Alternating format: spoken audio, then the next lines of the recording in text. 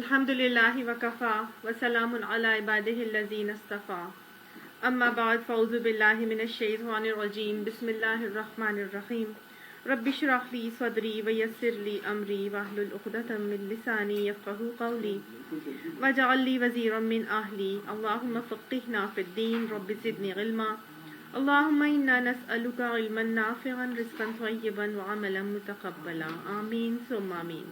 سورہ نساء آیت نمبر 28 تک ہم نے کیا تھا، آج آیت نمبر 29 سے کریں گے۔ اعوذ باللہ من الشیطان الرجیم۔ یا ایہا الذین آمنوا، اے لوگو جو ایمان لائے ہو، لا تأکلوا اموالکم، نہ تم سب کھاؤ مال تمہارے، بینکم آپس میں، بالباطلی ساتھ باطل کے، یعنی باطل طریقے سے آپس میں ایک دوسرے کے مال نہ کھاؤ، الا ان تکون تجارتن، مگر یہ کہ ہو تجارت، ان تراض منکم، باہمی رضامندی سے تمہارے آپس میں، ولا تقتلوا انفسکم، اور نہ تم سب قتل کرو اپنی جانوں کو، ان اللہ کان بکم رحیما، بے شک اللہ تعالیٰ ہے تمہارے ساتھ رحم کرنے والا۔ مسلمانوں کو یعنی مومنوں کو، ایمان لانے والوں کو اللہ تعالیٰ کی طرف سے ایک حکم دیا جا رہا ہے، اور وہ حکم ایک نہیں کی صورت میں ہے، لا کے الفاظ آ رہے ہیں، اس حکم سے پہلے گویا ڈونٹ بتایا جا رہا ہے مسلمانوں کو، ایمان لانے والوں کو۔ پیچھے پڑھ لیتے ہیں، پیچھے دہرا لیتے ہیں کیا اب تک ہم نے پڑھا۔ اللہ سبحانہ تعالیٰ نے مسلمانوں کو مختلف قسم کے احکامات دیے گھریلو سسٹم کو استوار رکھنے کے لیے، ان کو معاشرتی طور پر کیا کیا معاملات کر کے چلنا ہے، کیسے انہوں نے شادی کرنی ہے، کیسے ان کو شادی کرنے کے معاملات کیسے ہونے ہیں، نکاح کرنے کے طریقے اور شرائط کیا ہوں گی، حق مہر دیا جائے گا، پھر ان کے ساتھ پسند کیسے کیا جائے گا، اور شادی کے لیے ان تبتغوا اموالکم، کہ اپنے مالوں کے ذریعے سے ان کو حاصل کرو گے، پھر ان کو طریقہ سکھایا گیا کہ عاشروہن بالمعروف، عورتوں کے ساتھ بہترین طریقے سے اپنا گزران کر کے چلنا، اور ہر طرح سے اللہ سبحانہ تعالیٰ نے مومن مردوں کو ایک طریقہ سکھایا کہ شادی بیاہ کے حوالے سے ان کے معاملات کیا ہونے چاہیے۔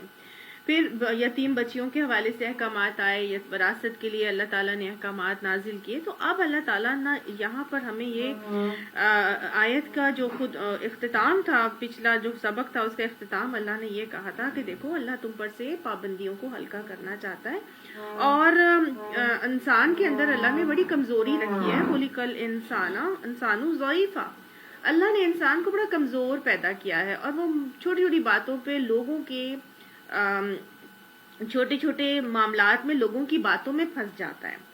تو جو لوگ اپنی خواہشات نفس کی پیروی کر کے چل رہے ہوتے ہیں، وہ کیا چاہتے ہیں؟ وہ یہ چاہتے ہیں کہ تم راہ راست سے ہٹ کر دور نکل جاؤ، دوسری طرف چلے جاؤ، لیکن اللہ نے ہمارے لیے یہ پابندیوں سے ہلکا کرنے کے لیے سہل اور آسان دین بھیجا ہے۔ اور اللہ کے نزدیک کیا دین کون سا ہے؟ ان الدین عند اللہ الاسلام۔ اللہ نے ہمیں بتا دیا تھا لا اکراہ فی الدین، دین میں کوئی زبردستی، جبر، کوئی تنگی کا معاملہ اللہ نے نہیں رکھا، ہمارے لیے بہت آسان اور سہل دین دیا۔ یہاں بھی اللہ نے کہا کہ یرید اللہ ان یخفف عنکم، اللہ چاہتا ہے کہ تم سے پابندیوں کے بوجھ اتار دے۔ اصل میں یہ دین ہمارے اوپر سے رسومات کا طوق اتارنے کے لیے آیا تھا۔ آپ صلی اللہ علیہ وسلم نے فرمایا تھا کہ میں سہل اور آسان دین دے کر بھیجا گیا ہوں۔ ہم نے ہی اصل میں مختلف قسم کے معاملات اتنے مشکل اپنے لیے کر لیے، شادی ہو لے لیں، بیاہ یہ لے لیں، غمی اور کے معاملات لے لیں، فردگی کے معاملات لے لیں، مطلب کسی قسم کی خوشی منانا یا کسی قسم کا غم منانا، ہمارے لیے اتنے رسومات آج دنیا میں آ چکے ہیں جس کی وجہ سے وہ چھوٹی چھوٹی معاملات ہمارے لیے مشکل ہو گئے۔ تو اللہ نے ہمارے لیے ساری باتیں بہت سہل اور آسان رکھی تھی، ہم نے مختلف رسومات کے چکر میں بند کر اپنے لیے دنیا کے سارے معاملات، زندگی کے گزران کے طریقے مشکل کر لیے۔ تو اللہ تعالیٰ آگے سے ہم سے وہی بات بیان کر رہے ہیں کہ دیکھو تم لوگوں نے جو اپنی شادی بیاہ کے معاملات میں ایک ایسے معاملے کو اپنے اندر لے کر آ گئے ہو جو تمہارے لیے اللہ نے جائز ہی نہیں کیا، اور وہ کیا ہے کہ لا تأکلوا اموالکم، تم آپس میں ایک دوسرے کے مال نہ کھایا کرو، بینکم آپس میں بالباطلی باطل طریقے سے،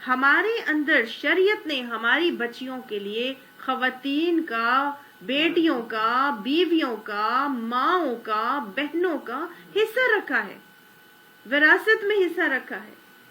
ہماری شریعت کے اندر بیٹی کی پیدائش بوجھ نہیں ہوتی، اس کو یہ قانون، وراثت کا قانون کے ذریعے سے اس باپ کے مال میں سے حصہ دیا جاتا ہے، ماں کے مال میں سے حصہ دلایا جاتا ہے، اور وہ اس کو اپنا حق سمجھ کے لیتی ہے اور بڑا فخر سے اون کرتی ہے.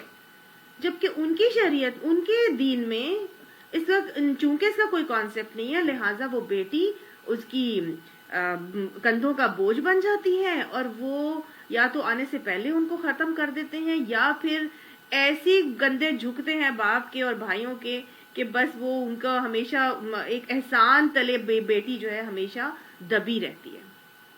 اور آج ہمارے یہاں جہیز کی بات کی جائے تو لوگ آگے سے کہتے ہیں کہ جہیز دینے کی وجہ سے جو ہے بچی اب عادت ہے، کیا کریں، باپ کے گھر انہی چیزوں سے بلی بڑی ہے، اور انہی یہی چیزیں اگر ہم دیں گے تو اس کا گھر بس جائے گا.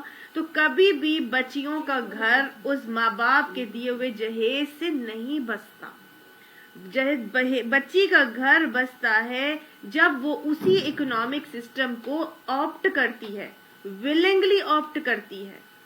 جس اکنامک سسٹم میں وہ جا رہی ہوتی ہے، اس سسٹم کو آپٹ کرنے کی تربیت ماں باپ کو دینا ضروری ہے. جب تک وہ اس سسٹم کو آپٹ نہیں کرے گی، گھر نہیں بچ سکتا.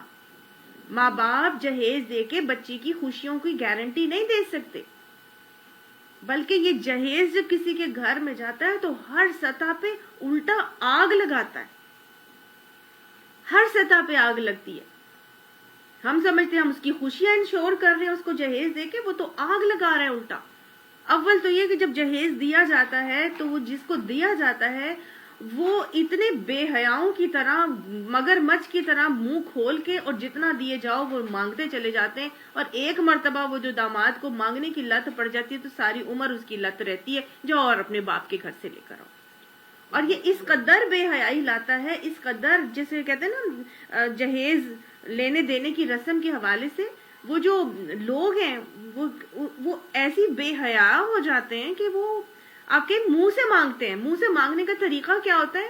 اپنی بیٹی کی شادی کر رہے ہیں اور بلا لیتے ہیں بیٹے کے سسرال والوں کو کہ دکھانے کے لیے، یہ دیکھو ہم نے اپنی بیٹی کو یہ سب کچھ دیا ہے، تو لہٰذا ایکسپیکٹ ہم وہ یہ کرتے ہیں کہ جی آپ بھی اپنی بیٹی کو یہی سب کچھ دے کے، بلکہ اس سے زیادہ دے کے ہمارے پاس بھیجیں.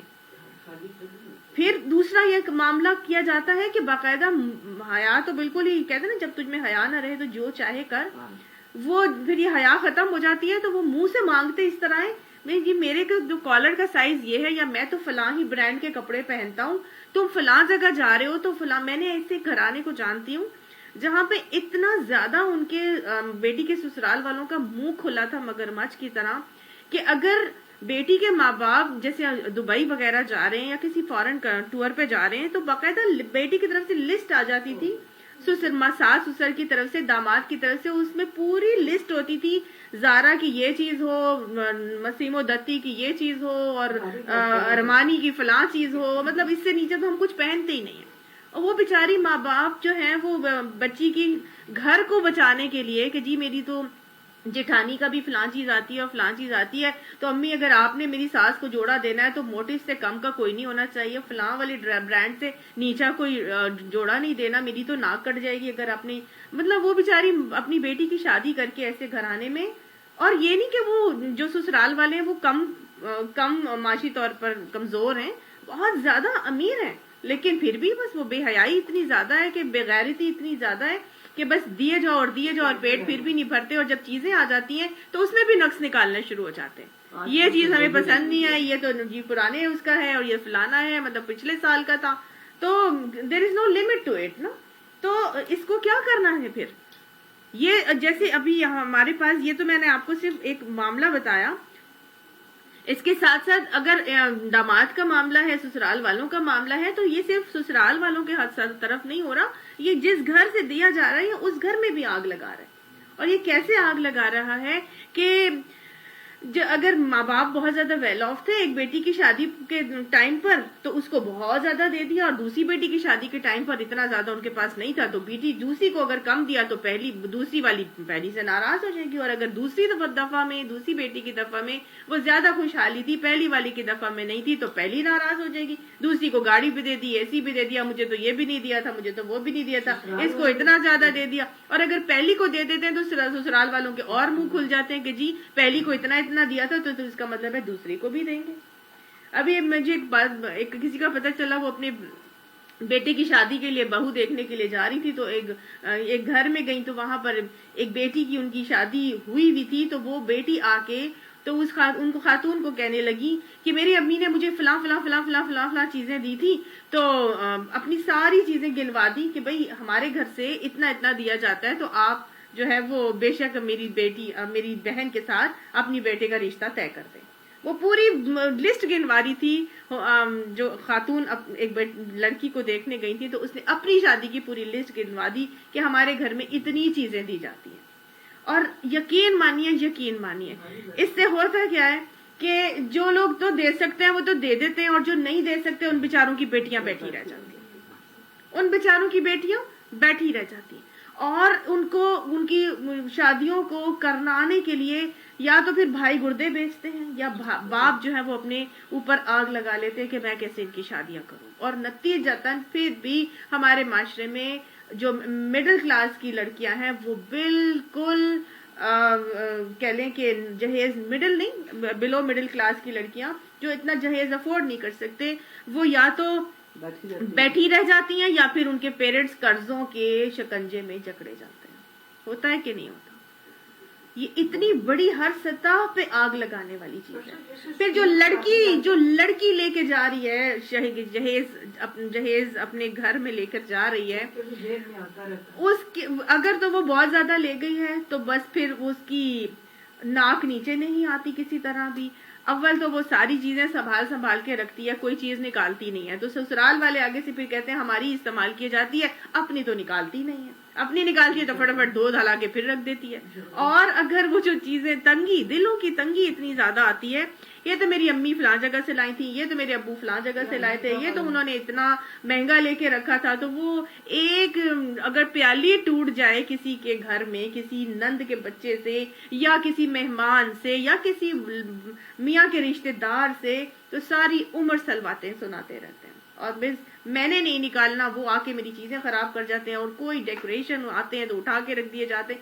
یہ ہمارے گھرانوں کی تصویریں ہیں، یہ صرف اور صرف غریب گھروں کی نہیں، امیر گھروں میں بھی ایسا ہی ہوتا ہے۔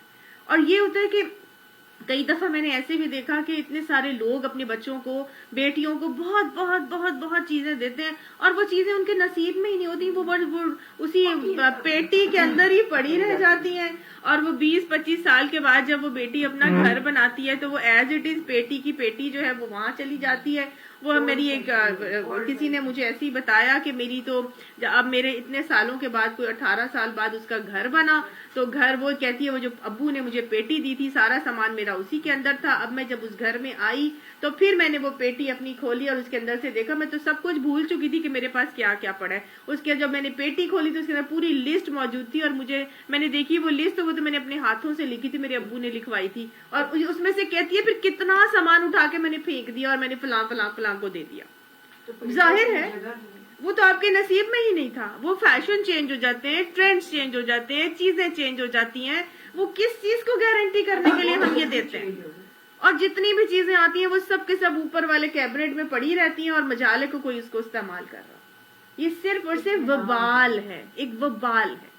صرف اتنی ہی چیزیں ہونی چاہیے جتنی چیزیں ہماری استعمال کی ہوں، اس کے علاوہ ایکسیسو جمع کر لینا اس کا مطلب ہے وہ ہمارے نصیب میں ہی نہیں تھا، اور وہ نصیب میں ہوتا ہی نہیں۔ ایک اور بچی کو میں جانتی ہوں، اس کے پیرنٹس نے اس کو بہت، اس کی مدر نے پتہ نہیں کیا کیا لٹرم پٹرم دیا، ان کی بیٹی پاکستان میں رہی ہی نہیں، پاکستان میں نہ رہی۔ اب پاکستان سے جب بھی وہ باہر جاتی تھی تو اپنے سامان میں سے کچھ چیزیں نکال کے لے جاتی تھی، اور اب کبھی وہ ایک ملک، کبھی وہ دوسرے ملک، کبھی وہ تیسرے ملک۔ اب وہ جب فائنلی جہاں پہ زیادہ ٹائم وہ سیٹل ہوئے وہاں کچھ چیزیں اپنی لے گئی، اب وہاں سے جب پتہ نہیں کتنے سالوں کے بعد، کوئی 18 یا 16 سالوں کے بعد وہ دوسری جگہ موو ہو گئی۔ اب ہم جب دوسری جگہ موو ہوئی تو اس نے کہا اب اتنی ساری چیزیں میں تو وہیں پھینک کے آ گئی, وہیں چھوڑ کر آ گئی. میں نے کہا اب دوسری جگہ جا رہی ہوں تو وہاں میں اتنے چھوٹے چھوٹے گھر ہوتے ہیں, میں اتنی ساری چیزیں وہاں پہ لے جا کے کیا کروں, میں تو وہیں چھوڑ آئی, وہاں دوسری جگہ جا کے نہیں لے لوں گی. ایسا ہوتا ہے کہ نہیں ہوتا؟ لینے والوں کو بھی پھر سمجھ آنی چاہیے. تو کیوں نہیں سمجھ آتی آج ہم لوگوں کو کہ ہم کس چیز کو پکڑ رہے ہیں جو اللہ نے ہماری رسموں کے توق ہمارے گلوں سے اتارے تھے, ہم کیوں اس کے شکنجے میں پھنسے ہوئے, ہم کیوں نہیں اس کے آگے ایک سٹیپ لیتے, ہم کیوں نہیں آگے بڑھتے کہ ہم خود بھی روکیں اور لوگوں کو بھی اس چیز سے روکیں. یہ ہر سطح پر آگ لگاتا ہے, جہیز ہر سطح پر آگ لگاتا ہے. نہ اس کا حضور صلی اللہ علیہ وسلم سے کوئی طریقہ سمجھ میں آتا ہے یا ثابت ہوتا ہے, نہ ہی قرآن میں ہمیں اس کا کوئی حکم ملتا ہے, کسی جگہ بھی ہمیں اس کا حکم نہیں ملتا. تو گویا جہیز لینا یا دینا کیا ہے, حق نہیں ہے بلکہ باطل ہے. اللہ نے ہمیں کہہ دیا لا تاکلوا اموالکم بینکم بالباطل, تم باطل طریقے سے ایک دوسرے کے مال نہ کھایا کرو. اب بعض لوگ کہتے ہیں جی حضور صلی اللہ علیہ وآلہ وسلم نے بھی تو اپنی بیٹی کو جہیز دیا تھا. حضور نے اپنی بیٹی کو جہیز نہیں دیا تھا. پہلے بھی آپ کو یہ بات بتا چکی ہوں کہ وہ حق مہر کی رقم تھی جو 80 درہم حضرت علی کی زرہ کو بیچنے سے آئی تھی. وہ حق مہر کی رقم سے پیارے نبی صلی اللہ علیہ وسلم نے, جو کہ حضرت علی کی تھی, وہ چند گھر کے چیزیں جو ہیں وہ لی تھی اور گویا درس دے دیا تھا اپنی بیٹی کو کہ اب میری بیٹی تم گھر کا کام کر کے, گھر والوں کی قربت حاصل کر کے, اللہ کی قربت, گھر والوں کی خدمت کر کے اللہ کا قرب حاصل کرنا. یہ وہ طریقہ تھا جو پیارے نبی صلی اللہ علیہ وآلہ وسلم نے سکھایا تھا. گھر والے تو اور کوئی حضرت علی تھے نا, جی حضرت علی تھے. حضرت علی نے, بلکہ ایک جگہ میں نے پڑھا تھا کہ حضرت علی نے اپنی والدہ کو کہا تھا کہ آپ کو فکر کرنے کی ضرورت نہیں ہے, اب آپ کی بہو گھر میں آ گئی, اب آپ کو کام کی فکر کرنے کی ضرورت نہیں ہے, اب آپ کی بہو آپ کا کام کرے گی. سمجھ میں آئی؟ تو والدین تو بیسیکلی وہ گھر ہی کو کنسیڈر کیا جاتا ہے نا, والدین کو تو کمبائنڈ فیملی کنسیڈر ہی نہیں کیا جاتا. کمبائنڈ فیملی تو اس کو کنسیڈر کیا جاتا ہے کہ جس کے اندر دیورانیاں جٹھانیاں سب مل کے ساس سسر سب رہ رہے ہوں, لیکن جو صرف ساس سسر کے ساتھ رہ رہی ہے وہ کمبائنڈ فیملی نہیں کہلاتا, وہ تو والدین ہے, وہ کمبائنڈ فیملی نہیں ہوتا. نندے بھی ہیں, دیٹ زیور بھی ہیں, دیور جیٹ بھی ہیں, تو وہ کمبائنڈ فیملی ہوتا ہے. لیکن جہاں ماں باپ ہے وہ کمبائنڈ فیملی ہرگز بھی نہیں ہے. اچھا جی, اب یہاں پہ اللہ تعالیٰ نے کہا ایک دوسرے کے مال باطل طریقے سے مت کھاؤ, الا ان تکونا تجارتا عن تراض منکم, ہاں لین دین ہونا چاہیے آپس کی رضامندی سے. تو کیا اگر جہیز کے حوالے سے آپس کی رضامندی ہو جائے, میوچول ایگریمنٹ ہو جائے کہ ٹھیک ہے میں اتنا لے لیتی ہوں تم اتنا دے دینا, تو پھر کیا یہ جائز ہے؟ نہیں. جو حرام ہے وہ حرام ہے, جو باطل ہے وہ باطل ہے. یہ اس میوچول ایگریمنٹ کی بات نہیں ہو رہی, یہ تجارت کی بات ہو رہی ہے کہ تجارت کا معاملہ آپس کی رضامندی سے کیا کرو. تو گویا یہاں پر یہ سمجھ میں آ رہا ہے کہ تجارت بھی جو ہے وہ آپس کی رضامندی سے کیسا آپ صلی اللہ علیہ وسلم کو پسند ہے. آپ صلی اللہ علیہ وسلم کی حدیث سے آتا ہے کہ انسان کے ہاتھ کی مزدوری اور ہر سچی بیع و شرع جس میں جھوٹ نہ ہو وہ بہترین ہے. کسب معاش کے ذرائع میں تجارت اور محنت سب سے افضل ہے نا. تو حضرت رافع بن خدیج نے پوچھا تھا کہ کون سی کمائی حلال اور طیب ہے, تو اس کا جواب آپ صلی اللہ علیہ وسلم نے یہ دیا تھا کہ انسان کے ہاتھ کی مزدوری اور ہر سچی بیع و شرع جس میں جھوٹ نہیں ہے. حضرت معاذ بن جبل سے آتا ہے کہ سب سے زیادہ پاک کمائی تاجر کی کمائی ہے.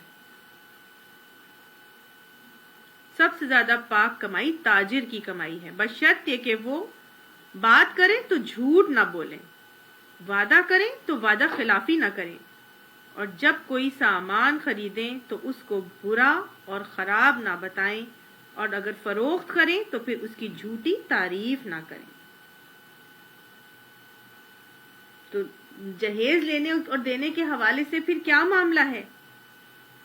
آج ہمارے معاشرے میں جتنا زیادہ یہ پرویل کر رہا ہے, جتنا زیادہ یہ پھیلا ہوا ہے کہ آج کوئی اس کے بغیر تصور بھی نہیں کرتا, ایک باطل طریقے سے مال کھانے کا انداز ہے. تو پھر مجھے اور آپ کو کچھ کرنا بھی ہے نا, مجھے اور آپ کو اس کے آگے کچھ سٹیپ لینا ہے. اگر کچھ جگہیں جہاں پہ ہم مجبور ہو جاتے ہیں اپنے بچوں کو جہیز دینے کے لیے, تو کم سے کم ہم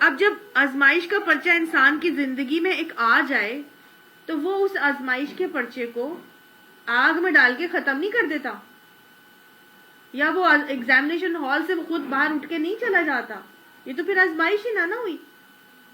آزمائش تو یہ تھی کہ اسی میں رہتے ہوئے، اسی انوائرمنٹ میں رہتے ہوئے اس امتحان سے گزرتا. وہ شخص جو اپنی جان کو ہلاکت میں ڈالتا ہے، خودکشی کا ارتکاب کرتا ہے، وہ اسی بچے کی طرح ہے جو ایگزامینیشن ہال سے اٹھ کے چلا جائے، یا جو اپنا پرچہ جو ہے وہ اٹھا کے جلا دے کہ میں نہیں دیتا یہ امتحان. آپ صلی اللہ علیہ وآلہ وسلم نے موت کی دعا کو کرنے کو ناجائز قرار دیا ہے. کسی شخص کے لیے جائز نہیں کہ وہ اپنے لیے موت کی دعا کرے، بلکہ آپ صلی اللہ علیہ وسلم نے فرمایا اگر کسی نے دعا کرنی ہے تو وہ یہ دعا کرے کہ اللہ مجھے اس وقت تک زندہ رکھ جب تک میرے لیے زندہ رہنا بہتر ہے، اور مجھے اس وقت فوت کر جب کہ میرے لیے فوت ہونا بہتر ہے.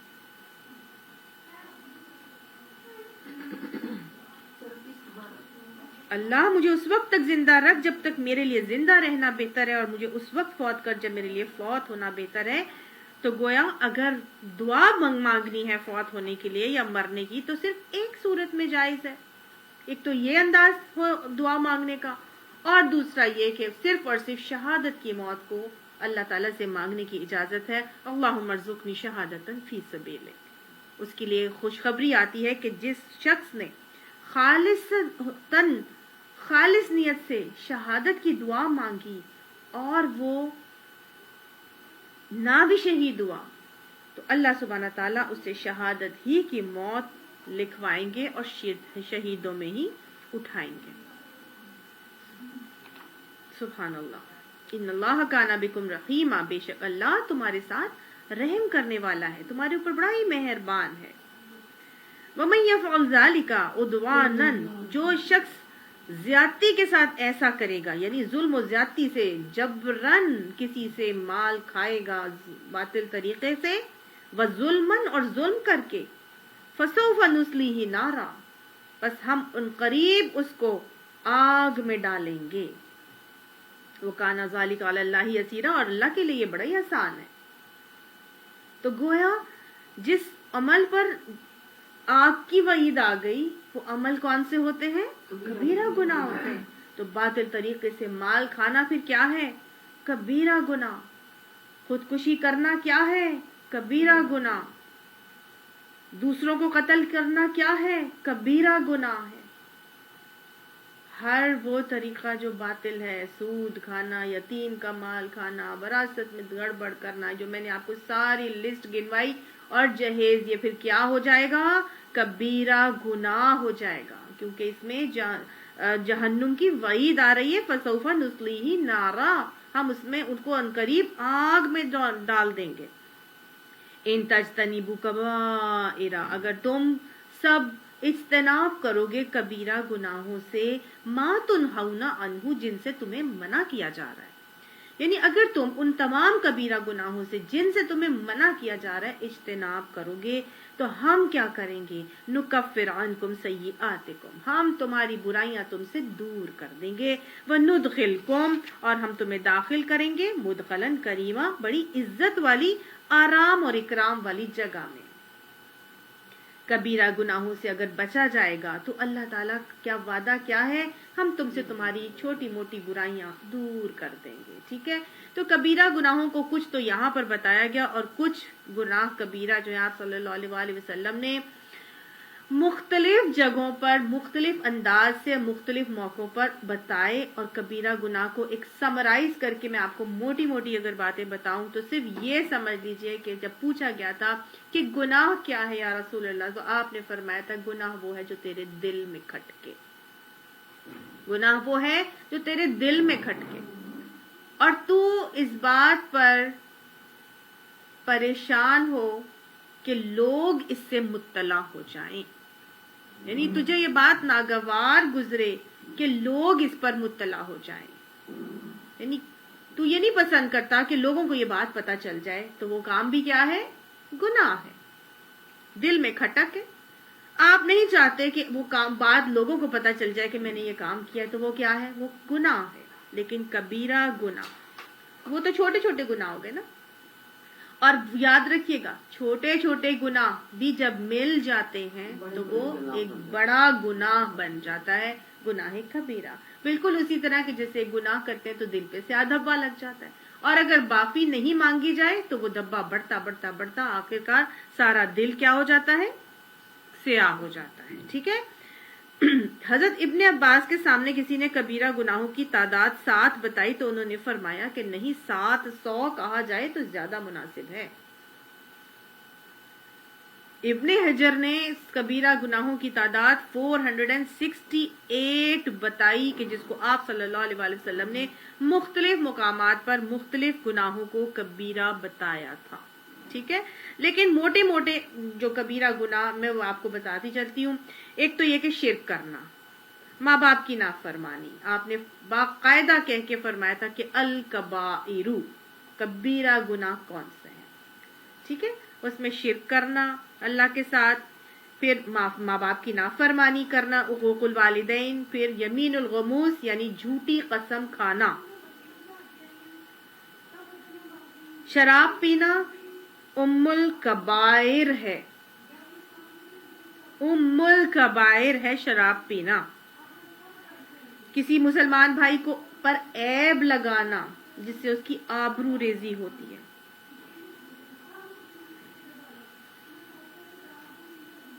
قطع رحمی کرنا، بہتان لگانا، احسان جتانا، تکبر کرنا، شرمگاہ کے حوالے سے زنا یا لواطت کے معاملات کرنا، میدان جنگ سے پیٹ پھیر کر بھاگنا، پاک دامن عورتوں پر تہمت لگانا، جادو کرنا یا کرانا، یہ سب بھی کبیرہ گناہوں میں ہی آتا ہے۔ باطل طریقے ہم نے پڑھ لیے، وہ بھی سب کبیرہ گناہ تھے۔ قتل کرنا بھی کبیرہ گناہ۔ آگے اللہ سبحانہ تعالیٰ فرماتے ہیں کہ دیکھو اگر تم بڑے بڑے گناہوں سے بچو گے تو میں تمہاری برائیاں دور کروں گا۔ تو اللہ تعالیٰ کیسے کرے گا یہ؟ اللہ بڑے گناہوں سے بچنے والے کی چھوٹی موٹی برائیاں کیسے دور کرے گا اور جنت میں کیسے داخل کرے گا؟ یہ اللہ کا وعدہ ہے جو یہاں بتایا جا رہا ہے۔ اس کی مثال بالکل ایسے ہے کہ ہمارے گھر میں 2 ملازمائیں کام کرتی ہیں، اور 2 ملازماؤں میں سے ایک ملازمہ وہ ہے جو بہت ہی اوبیڈینٹ ہے اور چھٹی بھی نہیں کرتی اور بہت ہی اچھا کام کرتی ہے۔ دوسری ملازمہ وہ ہے جو کام بھی اچھا نہیں کرتی اور آئے دن چھٹی بھی کیے رہتی ہے۔ ایک دن دونوں چھٹی کرتی ہیں، آج جیسے بارش ہو رہی ہے اور آج دونوں نے چھٹی کر لی سپوز۔ اب وہ کل آئیں گی تو میں ان سے پوچھوں گی، پہلی والی سے پوچھوں گی جو بہت ہی اچھی کام کرنے والی ہے اور چھٹیاں بھی نہیں کرتی، تو میں اس سے پوچھوں گی بھائی تم نے چھٹی کیوں کی؟ تو میں اس کو، وہ آگے سے کہے گی باجی میں بیمار ہو گئی تھی تو میری طبیعت خراب تھی بارش کی وجہ سے، میں نہیں اس لیے آ سکی۔ تو میں اس کو کہوں گی ہاں چلو کوئی بات نہیں، تم واقعی بیمار ہو گئی ہوگی۔ لیکن جو دوسری ہر وقت چھٹی کے لیے بیٹھی رہتی ہے، جب وہ مجھے آگے سے کہے گی کہ باجی میں بیمار ہو گئی تھی، ٹھنڈ بہت زیادہ تھی تو میں اس لیے نہیں آیا گیا، تو میں اس کو ڈانٹوں گی، میں کہوں گی ہاں ڈرامہ کر رہی ہو، تم جھوٹ بول رہی ہو، ہاں تم اکثر ہی چھٹی، تمہاری تو آئے دن یہی معاملات چلتے رہتے ہیں۔ تو وہ بندی جو بہت اوبیڈینٹلی سارا کام کر رہی تھی، اس کی چھوٹی موٹی کمی کوتاہی بھی ہو جائے گی تو میں اس کو کیا کر دوں گی؟ اگنور کر دوں گی، معاف کر دوں گی۔ بالکل اسی طرح سے اگر انسان بڑے بڑے گناہوں سے بچ کے اپنی زندگی گزار رہا ہوگا تو اللہ تعالیٰ بشری تقاضوں کے تحت جو چھوٹی موٹی برائیاں ہو جاتی ہیں، کمیاں کوتاہیاں غلطیاں گناہ ہو جاتے ہیں، تو اللہ تعالیٰ کیا کریں گے؟ وہ چھوٹی موٹی گناہوں سے درگزر کر دیں گے، معاف کر دیں گے، اور ندخلکم مدخلن کریما، اور جنت میں بڑی ہی عزت والی اکرام والی جگہ میں داخل فرمائیں گے۔ رب ابن لی عندک بیتا فی الجنہ۔ اللہ ہمارے گناہ تیری رحمت سے بہت زیادہ ہے، اللہ تیری رحمت بہت وسیع ہے، اللہ تیری بخشش بہت زیادہ ہے۔ اللہ ہمیں اپنی بخشش عطا فرما کے ہماری چھوٹی موٹی برائیوں سے ہمیں درگزر فرما دے۔ وَلَا تَتَمَنَّوْا مَا فَضَّلَ اللَّهُ بِهِ بَعْضَكُمْ عَلَى بَعْضٍ، اور تم تمنا نہ کرو جو فضل اللہ نے تم کو ایک دوسرے سے زیادہ دے دیا ہے اس کی تمنا نہ کیا کرو۔ اب گویا مومنوں کو یہ سمجھایا جا رہا ہے، ایک اور لا سمجھایا یہ جا رہا ہے کہ دیکھو جو اللہ نے کسی کو تم میں سے کسی سے زیادہ دے دیا ہے تو اس کی تمنا نہ کیا کرو۔ ایک جذبے سے روکا جا رہا ہے۔ یہ اکثر ہی ہے۔ لوگوں کو ایک دوسرے کی طرف دیکھ کر عام طور سے یہی گمان ہوتا ہے نا کہ جب کسی کو بہت زیادہ آپ اپنے سے دیکھتے ہیں یا بہت زیادہ فضل میں دیکھتے ہیں، جو اللہ نے اس کو بہت زیادہ دے دیا ہے، تو ہمارے دل میں فوراً آتا ہے ہائے کاش میرے پاس بھی ایسے ہی ہو، ہے نا؟ ہائے کاش میں بھی یہ چیز پہنوں، ہائے کاش میرے پاس بھی ایسی گاڑی ہوتی، ہائے کاش میں بھی ایسی گھر میں رہتی، اور اکثر لوگوں کے دلوں میں آتا ہے۔ تو اللہ نے کہہ دیا کہ دیکھو جب تم میں سے کسی کو میں نے زیادہ نوازا ہے، کسی کو کم نوازا ہے۔ یہ کیوں کیا اللہ نے؟ بیسیکلی اللہ تعالیٰ کا دنیا کو چلانے کا ایک انداز اور ایک طریقہ ہے۔ اللہ نے دنیا میں لوگوں کو مختلف حالتوں میں رکھا ہے، مختلف کیٹیگریز میں رکھا ہے، کسی کو زیادہ دیا ہے، کسی کو کم دیا ہے، کسی کو صحت مند بنایا ہے، کسی کو کمزور اور بیمار بنایا ہے، کسی کو اللہ تعالیٰ نے بہت امیر بنایا ہے، کسی کو غریب بنایا ہے، کسی کو معذور بنا دیا ہے اور کسی کو بہت زیادہ صلاحیتیں نواز دی، کسی کو کالا بنایا ہے، کسی کو گورا بنایا۔ ایسا رکھا ہے کہ نہیں رکھا؟ اللہ نے کیوں کیا ہے ایسا؟ کسی کو بہت علم دیا ہے، کسی کو کم علم اور جاہل بنا دیا ہے۔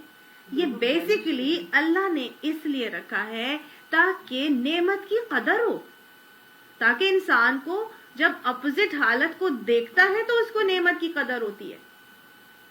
ایک انسان دھوپ میں ہوتا ہے تو اس کو چھاؤں کی قدر ہوتی ہے نا، جو چھاؤں میں ہی رہتا ہے اس کو کیا پتا دھوپ کا چھاؤں کا کیا فائدہ ہے یا مزہ ہے۔ دھوپ میں جاتا ہے تو چھاؤں کی قدر ہوتی ہے، پیاسا ہوتا ہے تو پانی کی قدر ہوتی ہے، بیمار ہوتا ہے تو صحت کی قدر ہوتی ہے، پیٹ خالی ہو تو مال کی قدر ہوتی ہے، کھانے پینے کا قدر ہوتی ہے۔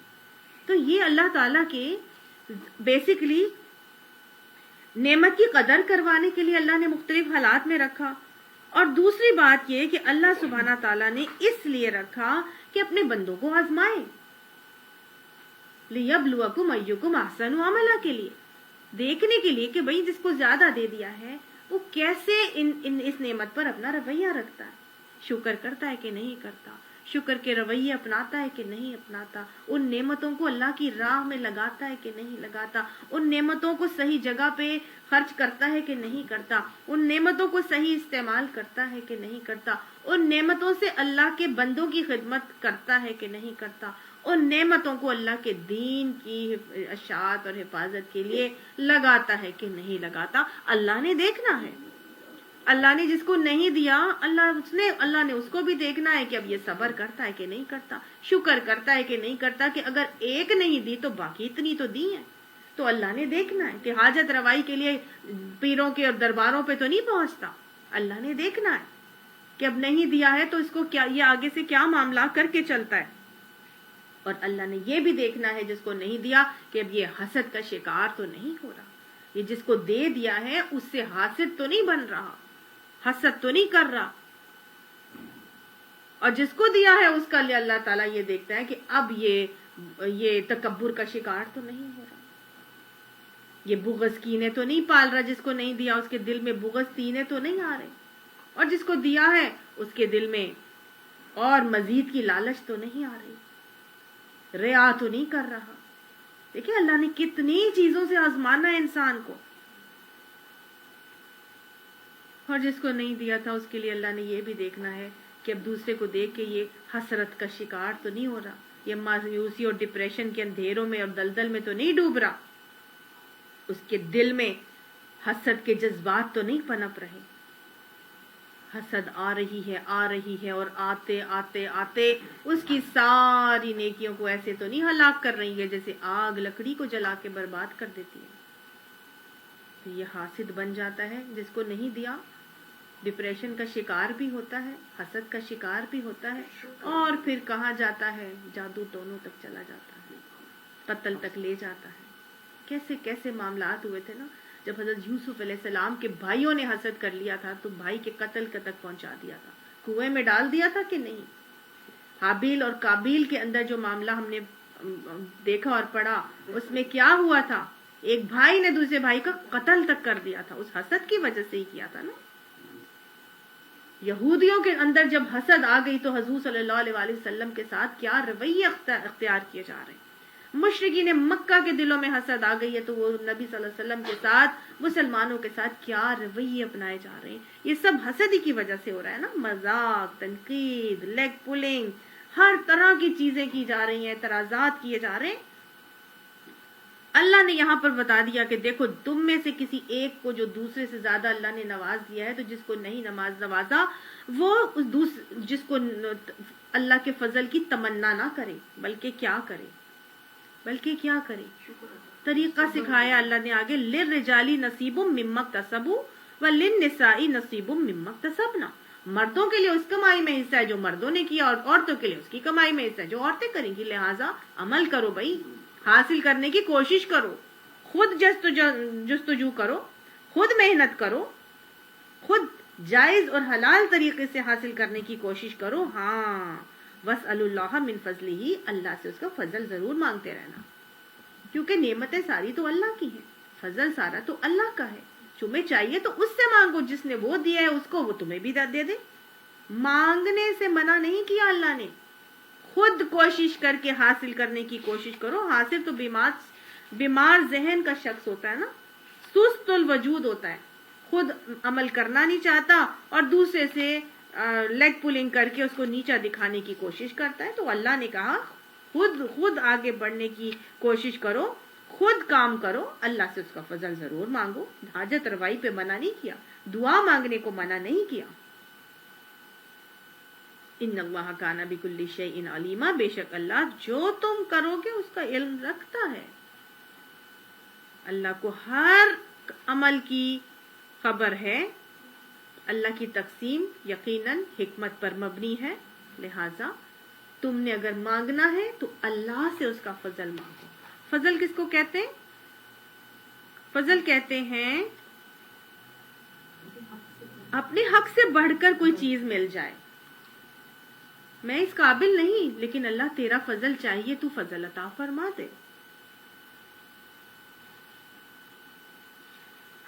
عورت اپنی صحیح کے مطابق معاملے کرے، مرد اپنے صحیح کے مطابق معاملات کریں گی۔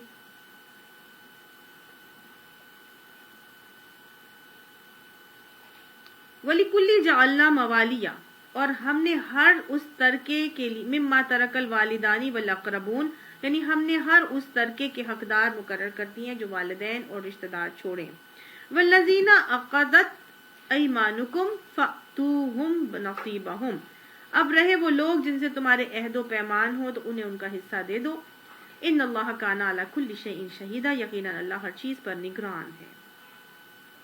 تو اب آگے اللہ سبحانہ تعالیٰ ہمیں کیا سمجھا رہے ہیں، یعنی کہ اس آیات میں تو اللہ نے صرف یہی بتایا کہ دیکھو ہر طرح کے حقدار مقرر کر دیے ہیں جو والدین اور عزیز و قارب چھوڑ کے جاتے ہیں، لیکن اگر تم نے کسی کمٹمنٹ کی ہوئی ہے تو ان کے عہد پیمان کے حوالے سے، اس کمٹمنٹ کے حوالے سے انہیں بھی ان کا حصہ دے دو۔ اگر کسی کے کمٹمنٹ کسی سے پہلے ہو چکی ہے تو وہ بھی،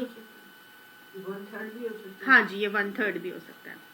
الرجال قوامون علی النساء، الرجال قوامون، سارے کے سارے مرد قوام ہیں، کس کے اوپر؟ عورتوں کے اوپر۔ اب دیکھیں ہم نے پیچھے سارے کے سارے احکامات ابھی تک پڑھے، تو اب آگے اللہ سبحانہ تعالیٰ سورہ نساء میں ان آیات میں ہمیں ایک گھرانے کو کامیاب کیسے بنایا جائے گا وہ اب یہاں پر طریقہ سکھائیں گے۔ مرد کی اتھارٹی بتائیں گے کہ اب مرد کو کتنی اتھارٹی دی گئی ہے۔ طریقے سارے اللہ نے شروع سے سکھاتے چلے گئے، ہر چیز بتا دی اللہ نے، اور مردوں کو سکھا دیا تھا کہ اپنی بیویوں کے ساتھ عاشرہن بالمعروف کا معاملہ کر کے چلنا، وہ تمہاری کھیتیاں ہیں تم ان کی کھیتیاں، ان کی کھیتیوں میں جاؤ، ایسے ایسے معاملات کرو۔ پھر بتایا تھا ہن لباس لکم وانتم لباس لہن، جو خود کھاؤ وہ ان کو کھلاؤ، جو خود پہنو وہ ان کو پہناؤ، ان کے عیبوں کو پردے ڈالو۔ اب یہاں پر باقاعدہ طور پہ پوری مرد کو اتھارٹی دی جا رہی ہے کہ تمہاری مردوں کی اتھارٹی کتنی ہے۔ ایک گھر کے سسٹم کو ایوالو کرنے کے لیے، چلانے کے لیے مرد کو اللہ نے کتنی اتھارٹی دی ہے. قوامونا، ان کو قوام بنا دیا. قوام کس سے نکلا؟ قوام نکلا ہے قاما یقومو سے. قاما کا مطلب ہوتا ہے کھڑا ہونا. ایک شخص جو کھڑا ہوتا ہے وہ کیا کر رہا ہوتا ہے؟ وہ دوسرے کی رکھوالی بھی کر رہا ہوتا ہے، نگرانی بھی کر رہا ہوتا ہے، اس کی ضروریات، دوسرے کی بیٹھے ہوئوں کی ضروریات کو پورا بھی کر سکتا ہے، ان کو آرڈرز بھی دے سکتا ہے، ان کے لیے لانے لے جانے کا اور مختلف معاملات کا جو ہے وہ کام کر رہا ہے، یعنی کہ ان کی ٹوٹل نگہداشت اور سپرویژن کا معاملہ کر رہا ہے. ایسا ہی ہے نا، کھڑا ہوا شخص بیٹھے ہوئوں کی ساری سپرویژن اور نگرانی کر رہا ہوتا ہے. تو اللہ نے مرد کو کیا بنایا؟ قوام بنا دیا. ٹھیک ہے، کون سے مرد قوام بنائے ہیں؟ الرجالو، سارے کے سارے مرد قوام بنا دیا. یہاں پہ یہ نہیں کہا کہ اگر وہ کم پڑھا لکھا ہے تو وہ قوام نہیں ہوگا، یعنی اس کو قوام بننے کے لیے پڑھا لکھا زیادہ ہونا چاہیے یا اس کو عورت سے بڑا ہونا چاہیے. نہیں، اگر وہ رشتہ ازدواج میں منسلک ہو گیا ہے، اگر وہ گھر کی کفالت کر رہا ہے، تو اللہ نے کیا بنا دیا ہے؟ اس کو قوام بنا دیا ہے. گھر والوں کی ساری ضروریات زندگی کس نے سنبھال کے چلنی ہے؟ اس مرد نے چلنی ہے. اور گھرانہ ہی وہ چلے گا جو مرد کی سپریمیسی کو تسلیم کرے گا. پیچھے بھی ہم پڑھ کر آئے تھے جہاں طلاق کا معاملہ پڑا تھا، علیہن درجہ، سورہ بقرہ میں اللہ نے ان کو ایک درجہ زیادہ دیا ہے. ٹھیک ہے، اور اس ایک درجے کو یہاں اللہ نے بتایا کہ وہ درجہ کیا بنایا ہے. کون سا درجہ زیادہ ہے؟ اللہ نے مرد کو عورت کے لیے قوام بنا دیا ہے. لوگوں کو عمومی طور پر اس سے بڑا ہی اعتراض ہے، اور آج جو ہے وہ فیمنزم کے نعرے بہت لگائے جاتے ہیں اور اس میں اس قوام کے اوپر بہت انگلی اٹھائی جاتی ہے. دیکھیے، اللہ سبحانہ تعالیٰ حکیم ہے، اس کے ہر حکم میں میرے اور آپ کے لیے بڑی حکمت ہے. اور ایک خاندان کے سسٹم یا گھر کے سسٹم کو چلانے کے لیے جو اللہ نے مرد کو قوام بنایا، تو اس کی کوئی وجہ ہوگی نا جو اللہ نے قوام بنایا. پہلی بات تو یہ ہے کہ دیکھیے، کوئی بھی ادارہ نہیں چل سکتا جہاں پر دو ہیڈز آ جائیں. ایک کمپنی، ایک ادارہ کبھی بھی نہیں چل سکتا جہاں دو ہیڈز آ جائیں. دونوں کہیں گے میں بھی رانی تو بھی رانی، اب کون بھرے گا گھر کا پانی؟ تو جب دو ہیڈز آ جاتے ہیں تو وہ ادارہ نہیں چلتا، بلکہ وہ ادارہ ٹھپ ہو جاتا ہے. ایک کو حاکم، دوسرے کو محکوم بننا پڑتا ہے. دوسرے کو ماتحت بنانا ضروری ہے اگر ہم چاہتے ہیں کہ ہمارے گھر کا ادارہ چل سکے. تو نہ گھر چل سکتا ہے، نہ کوئی ادارہ چل سکتا ہے، نہ کوئی کچن چل سکتا ہے. اگر ہم دیکھیں تو کچن میں بھی اگر دو کوکس آ جائیں تو کوئی کچن نہیں چل سکتا. ایک ہیڈ کوک ہوگا اور ایک اس کا جونیئر ہوگا، پھر وہ چلے گا، ہیلپر ہوگا. تو گھر کا ادارہ اگر دونوں ہی اپنے آپ کو قوام بنا لیں اور دونوں ہی اپنے آپ کو سپریمیسی پر لے کر آ جائیں اور دوسرے کی سپریمیسی کو تسلیم نہ کریں، تو وہ گھرانہ جو کہ انتہائی نیک اور پارسا دو شخصیتوں کا گھرانہ تھا، جب وہاں پہ یہ کام نہیں کیا گیا تھا تو ان کا گھر نہیں چلا تھا، تو ہمارا گھر کیسے چل سکتا ہے؟ وہ کون سی دو شخصیات تھی؟ حضرت زید بن حارثہ جو پیغمبر نبی صلی اللہ علیہ وسلم کے بیٹے ہیں، ام المؤمنین حضرت زینب بنت جحش آپ صلی اللہ علیہ وسلم کی زوجہ محترمہ بنتی ہیں بعد میں. ان دونوں کا نکاح ہوا، اور دونوں کا جب نکاح ہوا تو حضرت زید بن حارثہ کا پیغام حضور صلی اللہ علیہ وسلم نے حضرت زینب بنت جحش کو پہنچایا. تو حضرت زینب بنت جحش حضور صلی اللہ علیہ وسلم کی پھوپھی زاد بیٹی ہیں. انہوں نے آگے سے یہ کہا، ظاہرہ قریشی تھی، انہوں نے کہا میں اس غلام کے ساتھ کیسے شادی کر سکتی ہوں؟ انا خیر منہ نسبا، میں اس سے نسب میں بہترین ہوں، وہ غلام، میں قریش ذاتی. تو ایک تکبر کا ایلیمنٹ تھا. وہ اپنے مرد کی، اپنے شوہر کی سپریمیسی کو تسلیم نہیں کر سکی. جب انہیں پتا چلا کہ جی اللہ نے حکم دیا اور اللہ کے نبی نے یہ پیغام بھیجا ہے، تو پھر انہوں نے کہا کہ ٹھیک ہے، جہاں اللہ کے نبی کا حکم، میں وہ چیز کرنے کے لیے تیار ہوں. گھر والے بھی مان گئے، وہ بھی مان گئی، مان تو گئی، لیکن شادی میں اپنے شوہر کی سپریمیسی کو تسلیم نہیں کیا تھا. تو ان نیک سے نیک ہستیوں کی بھی وہ حضرت زید وہ ہیں جن کا قرآن میں اللہ نے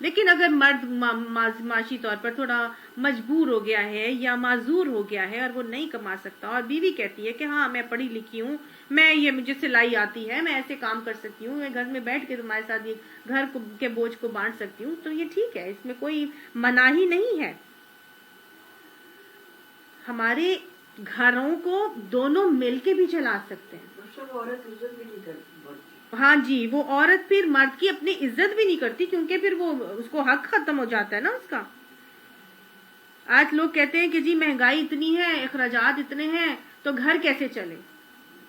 اخراجات کی یا مہنگائی کی وجہ سے گھر نہیں چلتے، گھر چلتے ہیں قناعت اور سادگی سے. وہ عورت جو قناعت سے گھر چلائے گی، وہ عورت جو سادگی سے چلے گی، مرد کا مال کما کے لائے، عورت قناعت اور سادگی سے اس کو خرچ کرے، ایسے چلتے ہیں گھر. وہ بھی کمائی پہ لگا دی اور وہ بھی کمائی پہ لگا دیا، اور گویا یہ سمجھا دیا کہ مرد تو اب اس قابل ہی نہیں رہا کہ وہ کما کے لائے، وہ تو معاشی طور پر مفلوج ہے ایک طرح سے. اس کو ایک بیساکھی دیتے ہیں کہ جی تمہاری بیوی جو ہے وہ بھی کمائے. ایک تو دیکھا جائے اور دوسرے انداز میں تو یہ بالکل اسی طرح سے. اگر وہ عورت کام نہیں کرے گی اور کہے گی کہ میں بغیر کسی مجبوری کے، مطلب عذر اگر کوئی آ جائے تو پھر ایک علیحدہ بات ہے، لیکن اگر کوئی عذر نہیں اور وہ بس اپنے دل کی تسلی کے لیے کہ جی میں نے گھر میں نہیں بیٹھنا، جو فیمنزم کے نعرے آج بہت لگائے جاتے ہیں، عورت لڑکی کیوں پڑھائی جا رہی ہے، لڑکی کو کیوں پڑھا رہے ہیں، جی اتنا پڑھ لکھ کے اب میں گھر میں بیٹھ جاؤں اور میں نے اب جاب کرنی ہے، میں نے کماؤ، لڑ بھڑ کے وہ کیا کرتی ہے، گھر سے باہر نکلتی ہے. تو ایسی کمائیوں میں نہ برکت ہوتی ہے، نہ وہ گھر بستے ہیں، اور نہ ہی ان کے ساتھ جو ہے نا وہ اللہ کے رسول کے احکامات کے مطابق وہ عمل کر رہی ہوتی ہیں. جب شریعت نے آن دا ادر ہینڈ جب مردوں کو قوام بنایا ہے نا، تو مردوں کو بھی پھر کچھ طریقے سکھائے. مردوں کو قوام بنانے کے بعد مردوں کو ایک طریقہ سکھایا گیا، پورا کا پورا انداز اور سلیقہ سکھایا گیا ہے کہ وہ قوام بنیں گے تو پھر وہ اپنی بیویوں کے ساتھ حسن سلوک کر کے چلیں گے. یہ نہیں ہے کہ باہر تو اچھا رہ کے آ رہے اور گھر میں گھستے ہی کندھے پر لاٹھی رکھی اور کبھی ادھر چلائے اور ادھر چلائے اور کبھی ادھر ڈانٹا اور ادھر ڈانٹا. آپ نے فرما دیا تھا کہ تم میں سے کامل وہ ہے جو اپنے گھر والوں کے حق میں بہترین ہے. اب جو بیویاں ہیں مرد لے کر آ رہے ہیں تو وہ کیا اجاڑے جا رہی ہیں؟ ٹھیک ہے میں گھر میں بیٹھی ہوں، میں تو کام نہیں کروں گی، بس ٹھیک ہے وہ لائے کما کے میں اجاڑے چلی جاؤں. تو کیا بیویوں کو ایسا کرنا چاہیے؟ جب مرد قوام بنیں گے، جب مرد بیوی کے سارے ناز نخرے اٹھائیں گے، جب مرد بیوی کے سارے ضروریات زندگی کا اہتمام کریں گے، ہر چیز ان کے ساتھ عاشرون نہ بالمعروف کے طریقے پہ چلیں گے، ان کے لیے لباس کا معاملہ کریں گے، ان کے ساتھ کھیتی والا معاملہ کر کے چلیں گے، جو خود کھائیں گے انہیں کھلائیں گے، جو خود پہنیں گے انہیں پہنائیں گے، تو پھر بیویاں کیسی ہونی چاہیے؟ اللہ نے سمجھا دیا، بیویوں کا طریقہ بھی سمجھا دیا. فالصالحات قانتات حافظات للغیب بما حفظ اللہ. یہ بہترین بیویوں کی صفات ہیں جو یہاں پہ بتائی جا رہی ہیں کہ جب مرد ایسے ہوں گے، ان کو قوام بنایا ہے، تو اب ایسے قوام مرد کی بیویاں ایسی ہوں گی کہ فالصالحات ان کی پہلی صفت ہوگی. مردوں کی نہیں، بیویوں کی پہلی صفت کیا ہوگی کہ وہ نیک ہوں گی. فالصالحات نیک بیویاں، اس کی ڈیفینیشن آتی ہے کہ فالصالحات کیا ہیں؟ تمہاری نیک بیویاں وہ ہیں. آپ حضرت ابو اوباما کے روایت سے آپ صلی اللہ علیہ وسلم کی حدیث آتی ہے کہ خوف خدا کے بعد ایک آدمی کے لیے نیک عورت سے بڑھ کر کوئی چیز نہیں ہے. نیک عورت وہ ہے جو اپنے شوہر کے حکم کی تعمیل کرے. جب مرد اسے دیکھے تو مسرور ہو جائے اور اس کی غیر موجودگی میں وہ اس کی عزت کی حفاظت کرے. یہ ہے نیک بیوی. نیک بیوی کیا ہے؟ حضرت ابو ہریرہ کی روایت سے بھی آتی ہے کہ نیک بیوی وہ ہے کہ جب اس کا شوہر اسے دیکھے تو وہ اس کا دل خوش کر دے. یہ ہے نیک بیوی. آپ صلی اللہ علیہ وآلہ وسلم نے فرمایا تھا دنیا ساری کی ساری متاع ہے اور بہترین متاع نیک بیوی ہے. اب جب نیک بیوی آتی ہے تو حدیث میں آتا ہے آدمی کا آدھا ایمان مکمل ہو جاتا ہے. اور ایک نیک بیوی حضور صاحب نے فرمایا اپنے شوہر کے دین کا ستون ہے.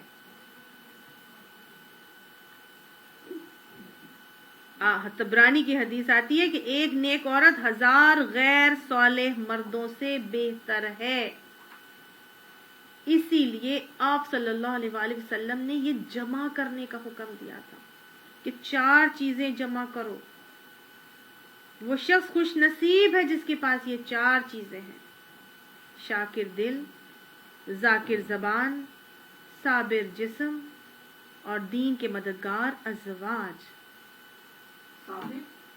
جسم اور دین کے مددگار ازواج. تو گویا اب اگر ہم نے کسی کو پسند کرنا ہے اپنے بھائی کے لیے یا اپنی بیٹے کے لیے تو ہم نے کیسی لڑکی لے کر آنی ہے؟ دیندار. ہم نے فصالحاتن ہم نے یہاں پڑھا نا، نیک ہونی چاہیے. ہم لاتے ہیں جی پتلی دبلی لمبی سی ہو، اسمارٹ سی ہو، گوری کٹوری ہو، بال لمبے ہوں، آنکھیں بڑی بڑی ہوں، نقش ایسے ہو، ہاں جی بہت پڑھی لکھی ہو اور کماؤ ہو تو بہت ہی اچھا ہے، اور کچھ نہیں تو بزنس کلاس سے ہو یا یہ کہ بہت بڑے انفلوئنشل کسی گھرانے سے ہو. ہم ایسی لڑکیاں چاہتے ہیں. ہم کہتے ہیں ڈاکٹر ہو، فلانا ہو، یہ کیا، اونچے گھر کی ہو، اونچے ماں باپ کی ہو، چاہے ناک پہ کسی کو بیٹھنے بھی نہ دیتی ہو. نبی صلی اللہ علیہ وآلہ وسلم نے پیمانہ سکھا دیا ہمیں، قرآن نے طریقہ بتا دیا فالصالحاتن. اور آپ صلی اللہ علیہ وسلم نے اسی لیے فرمایا تھا کہ تم عورتوں سے 4 باتوں کی بنیاد پر نکاح کرتے ہو: ان کے حسب نسب کی بنا پر، ان کے مال کی بنا پر، ان کے خوبصورتی کی بنا پر اور ان کے دین کی بنا پر. تمہارا بھلا ہو کہ تم ان عورتوں سے ان کے دین کی بنا پر نکاح کیا کرو. ایک جگہ آپ نے فرمایا تم عورتوں سے ان کے حسن کی بنیاد پر نکاح نہ کرنا. ہو سکتا ہے کہ ان کا حسن ان کو ہلاکت میں لے جائے، ان کا مال ان کو ہلاکت میں لے جائے. ہو سکتا ہے کہ تم عورتوں سے ان کے دین کی بنیاد پر نکاح کیا کرو. اور مردوں اور یہ فرما دیا جب تمہیں کسی شخص کی طرف سے پیغام آئے کہ جس کے اخلاق اور تم دین سے تم مطمئن ہو تو اس کے پیغام کو قبول کر لو. فالصالحاتن نمونے ہمارے پاس موجود ہیں. حضرت عائشہ، حضرت خدیجہ الکبریٰ، ام سلیم، حضرت جابر بن عبداللہ کی زوجہ، حضرت ابو ایوب انصاری کی بیوی، کتنی ہمارے پاس صحابیات کے نمونے پڑے ہیں، حضرت امہات المومنین کے نمونے بھرے پڑے ہیں، میں شامل فرما لیں. اچھا جی، اب فالصالحات ہیں، کتنی کو نیک رہیں اور کتنی کو اطاعت کریں گی. قانتات ان کی اگلی صفت آ رہی ہے کہ وہ فرما بردار ہوں گی. فرما بردار ہوں گی. کس کی فرما بردار ہے وہ؟ اپنے شوہر کی فرما بردار ہوں گی. اللہ کی ہوں گی تو شوہر کی بھی ہوں گی.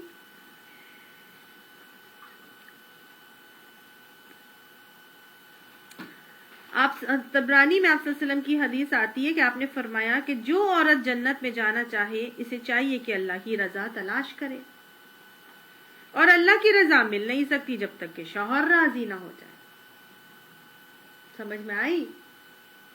عورت نے اگر جنت میں جانا ہے تو اللہ کو راضی کرنا ہے، اور اللہ کو راضی تب ہوگا اللہ جب شوہر راضی ہوگا.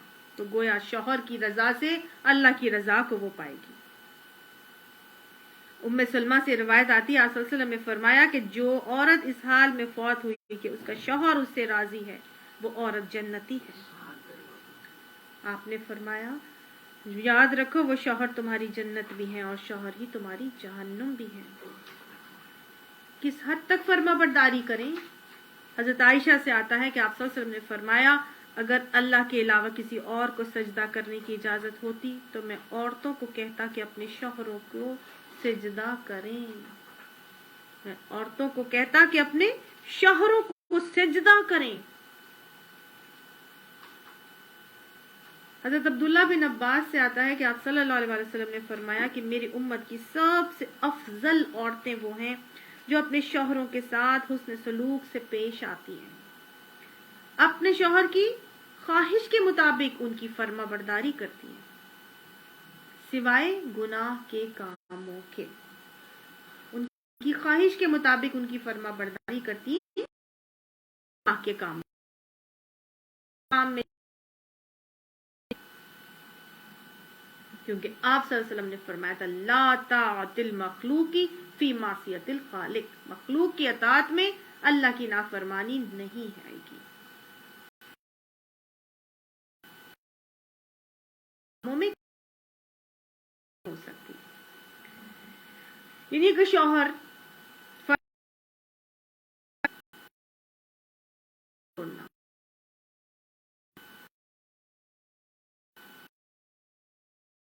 آپ ہاں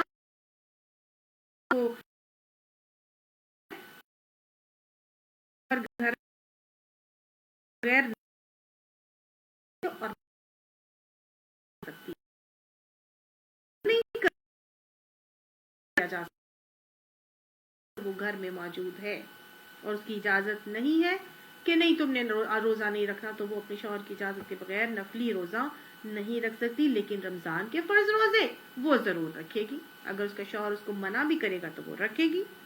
اور ایسی عورت جو اپنے شوہر کے فرائض پر رکاوٹ کے باوجود فرائض کو ادا کرتی ہے، تو نبی صلی اللہ علیہ وآلہ وسلم نے ایسی عورت کے لیے ایک دن اور ایک رات میں 1000 شہیدوں کا اجر کا وعدہ کیا ہے.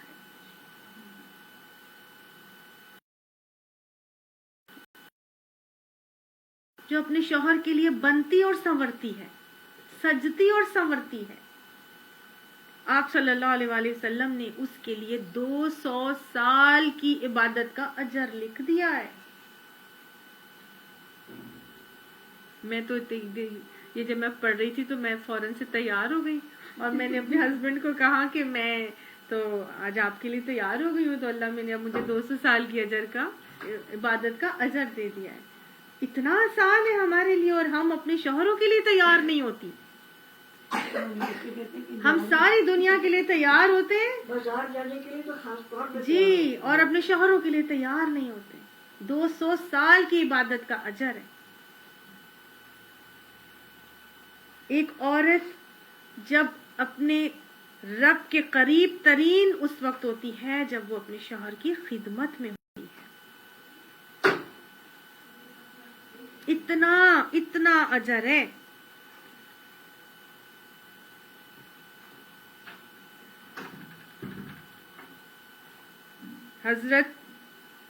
حضور صلی اللہ علیہ وسلم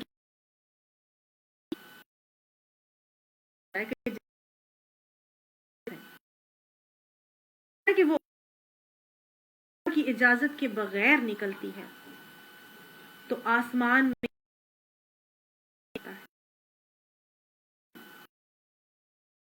ہوتا ہے کرتے ہیں جب تک کہ وہ گھر میں واپس پلٹ کر نہیں آ جاتی. نکل پلٹ کر. اب یہاں پر اجازت کے بغیر کا اجازت ان کی چیزوں کی اجازت کا کے بارے میں آپ اب یہ کیا جا رہا ہے، بیٹی پتہ ہے آپ کو منع نہیں کیا جائے گا، تو آپ وہ کہ منع کیا گیا ہے، پھر وہاں پر بغیر کرنے والا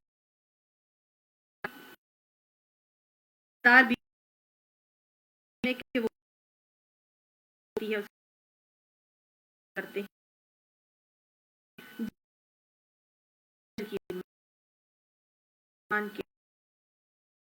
اللہ یہ دعائیں ہمارے حق میں شامل فرما لیں.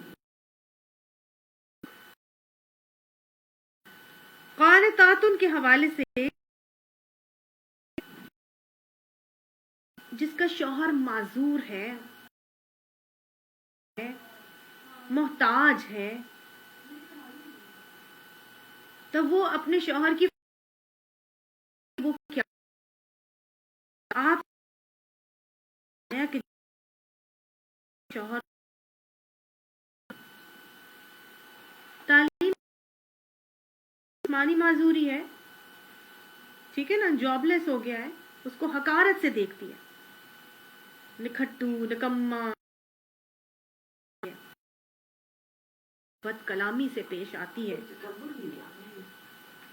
وہ اور وہ بھی نہیں پائے گی، حالانکہ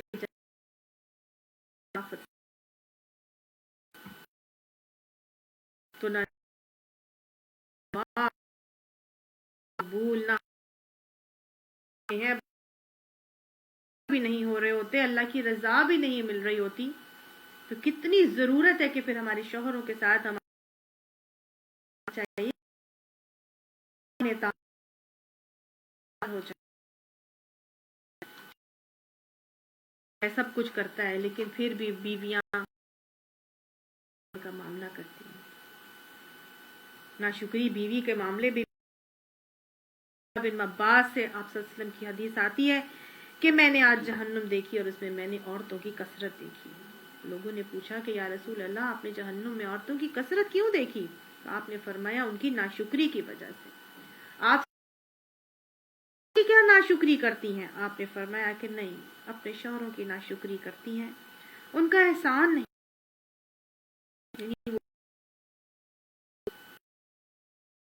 تمہارے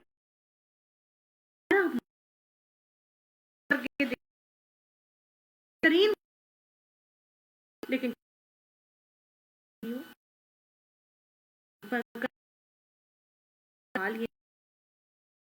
رہو تکلیف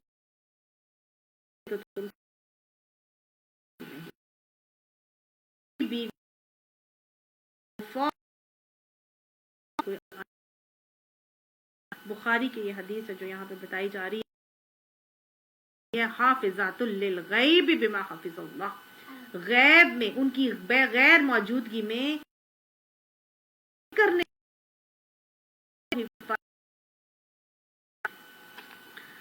کرنے کا اللہ نے حکم دیا ہے نا،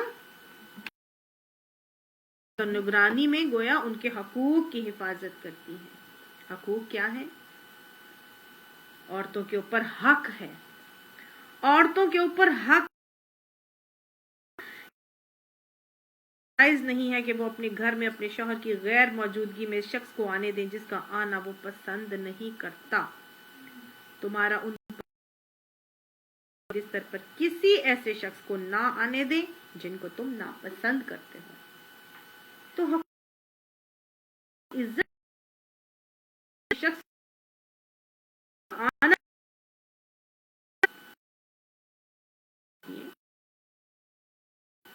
حدیث میں آتا ہے ایک عورت اس اپنے شوہر کی اجازت کے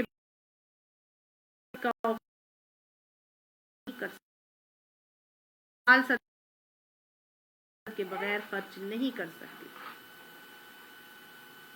مال کی حفاظت ہو گئی، اب اس کی اولاد کی حفاظت کرتی ہے، اس کو دین کا مجاہد بناتی ہے، گھر کے ماحول کی حفاظت کرتی ہے، کیونکہ کلکم راع و کلکم مسئول،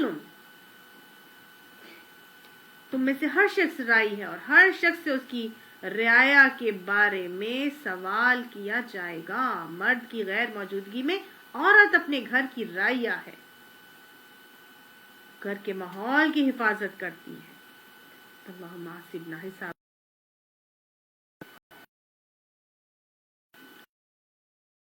تابرو کی حفاظت کرتی ہے، بھائی اس کے عیب کھول کھول کے سب کے سامنے نہیں بیان کرنے لگ جاتی، لباس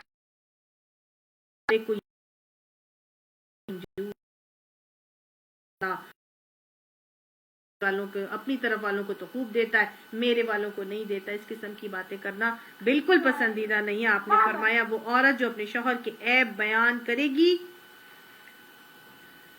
وہ جہنم کی آگ کو اپنے لیے بھڑکانے کا اہتمام کرے گی۔ استغفر اللہ ربی من کل ذنب واتوب الیہ، جہنم کی آگ کو اپنے لیے بھڑکانے کا اہتمام کرے گی۔ پھر شوہر نے اگر کوئی راز سیکرٹ شیئر کیے ہوئے تو ان رازوں کی حفاظت کرے گی، اور سب سے بڑی امانت جو وہ آپ کے پاس چھوڑ کے جاتا ہے، اپنے بوڑھے کمزور والدین جو اس کو بہت محبوب ہیں، جن کی وجہ سے آپ کا شوہر آپ کے ساتھ اتنا بہترین معاملہ کرتا ہے، جن کی عمر بھر کی کہ وہ شوہر کی صورت میں اپنی عمر بھر کی کمائی کسی کے سپرد کر دیتی ہے. وہ بہترین امانتیں ماں باپ کی صورت میں وہ حافظات للغیب کیسی ہوتی ہیں کہ جب شوہر گھر میں نہیں ہوتا تب وہ ان والدین کی حفاظت کرتی ہیں، ان کو اپنی زبان کے شر سے محفوظ رکھتی ہیں، ان کی خدمت کرتی ہیں، ان کی اطاعت کرتی ہیں، ان کا خیال رکھتی ہیں، ان کے ساتھ سختی کے رویے نہیں رکھتی. یہ ہے حافظات للغیب کا طریقہ. آج حالات ہی بالکل مختلف ہیں. آج لڑکیاں کہتی ہیں میں اپنی ماں کو سنبھالوں گی، تم اپنی ماں کو سنبھالو، میرے اوپر کوئی ذمہ داری دین نے نہیں دی کہ میں تمہاری ماں کے لیے کچھ کروں. اگر وہ شخص اگر صالحہ ہوگی، قانتہ ہوگی، تو میرا خیال ہے کہ وہ کبھی بھی گھر میں جو پائے جانے والی رحم کے رشتے کا معاملہ نہیں کر سکتی، کیونکہ اس کہ اللہ نے سورہ نساء میں شروع میں ہی بتا دیا تھا نا، وَاتَّقُوا اللَّهَ الَّذِي تَسَاءَلُونَ وَالْأَرْحَامَ، اللہ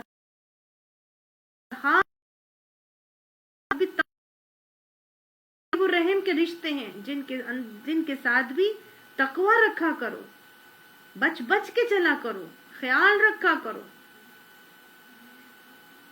وہ ساری دنیا میں جائے گی، لوگوں کی خدمت کرنے نکلے گی، اور جو گھر میں موجود ہیں بوڑھی ساس اس کو پانی بھی نہیں پوچھے گی، اس کی خدمت بھی نہیں کرے گی. ایسی نہیں ہوتی ہیں صالحہ.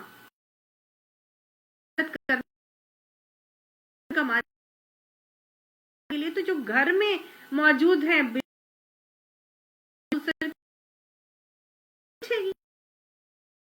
بات ہے نا، یہ تو آٹومیٹک بات ہے، اس میں کہنے کی کیا ضرورت ہے. ویسے بھی آپ صلی اللہ علیہ وسلم نے تو فرما دیا، تو تمہارے 3 باپ ہیں تو پھر 3 مائیں بھی ہیں. تو نہ وہ صالحات بنے گی، نہ وہ قانتات بنے گی. نہیں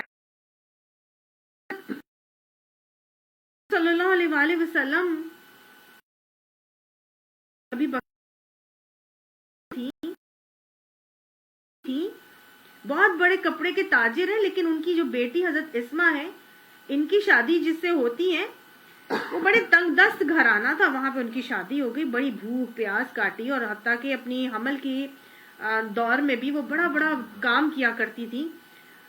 کھجوروں کی گٹھلیوں کو پیس کے اپنی اونٹنی کا کھانا بناتی، اور گھر کے کپڑے دھوتی، اور جو ہے وہ سیتی، اور مطلب بہت سارے گھر کے سارے کام کرتی، دور سے پانی ڈھو ڈھو کر لاتی تھی. تو حضرت ابو بکر نے اپنی بیٹی کو کہا کہ بہت مبارک ہو بیٹی، تمہاری آخرت بڑی کامیاب رہے گی. ان کے ایک ہی بیٹے تھے، حضرت عبداللہ بن زبیر.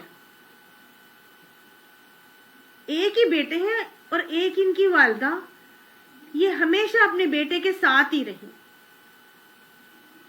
ہمیشہ ساتھ ہی رہی. ان کا بیٹا اپنی بیوی کے کہنے پر اپنی ماں کو چھوڑ کے نہیں چلا گیا تھا. آج معاملہ ہی اور ہے، آج حالات ہی اور ہیں. ان کی بہو ان کے گھر میں رہتی تھی.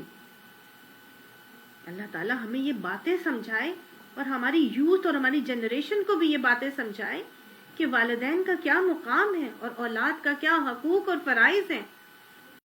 آپ صلی اللہ علیہ وآلہ وسلم نے پورا ایک خطبہ دیا اور اس میں سمجھا دیا. حضرت انس سے روایت آتی ہے، اس پورا خطبہ ہے، اس میں عورت کو طریقہ سکھا دیا گیا ہے. آپ نے فرمایا جو عورت اللہ اور روز آخرت پر ایمان رکھتی ہے اس پر لازم ہے کہ اپنے خاوند کے سامنے اپنے حسن و جمال پر فخر نہ کرے. حسن و جمال کرے لیکن فخر نہ کرے، فخر تو ویسے بھی تکبر ہے.